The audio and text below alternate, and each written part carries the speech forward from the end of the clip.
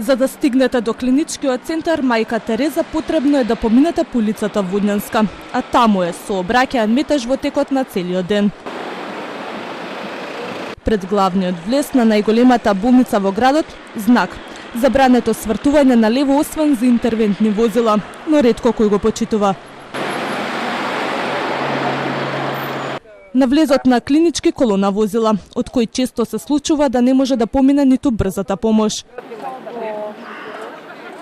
Иако се поставени столпчиња да го регулираат сообраќајот, дел од граѓаните поради итни или други причини решаваат своите возила да ги остават и на места наменети за амбулантни возила. А некои и каде ќе стигнат? Капацитетот на паркингот на клиничкиот центар Мајка Тереза долго време е проблем.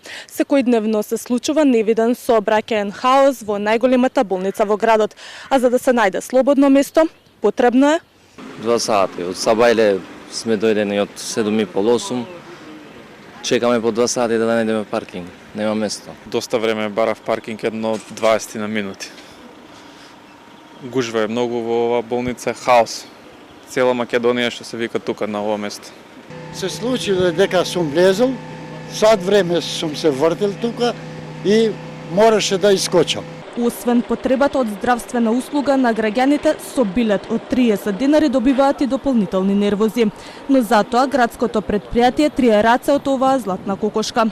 Зад метежот и хаосот се кријат огромни приходи. Паркингот на клинички има најголема добивка и носи најмногу пари на ова скопско предпријатие. Во 2023-та од паркирањето во клиничкиот центар биле наплатени над 46 милиони денари, односно околу 750.000 евра. Тоа е раст на приходите од 14%.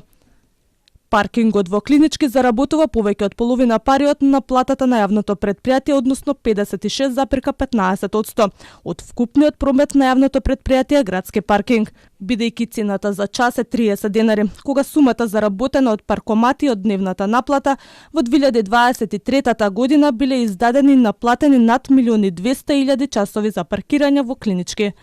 Додека се чека приходот за 2024 година од предпријатието Состав. Во овие услови приходите од управување со паркингот на клинички центар се инвестираат назад во градот Скопје и се од корист на сите граѓани.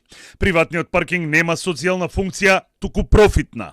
А токму поради проблемот на граѓаните, Министерството за здравство распиша оглас за катни гаражи. Веста за фирмата која се пријавила на огласот предизвика бура реакции, а надлежните ја смируваат јавноста. Многу ми значи гласот на јавноста. И по тоа ќе видиме, ќе процениме како влада, па и како Министерство за здравство, дали да го тераме процесот или да се вратиме од почеток. И додека надлежните го решат деценискиот проблем со паркингот на клинички, граѓаните остануваат во надеж да најдат слободно место.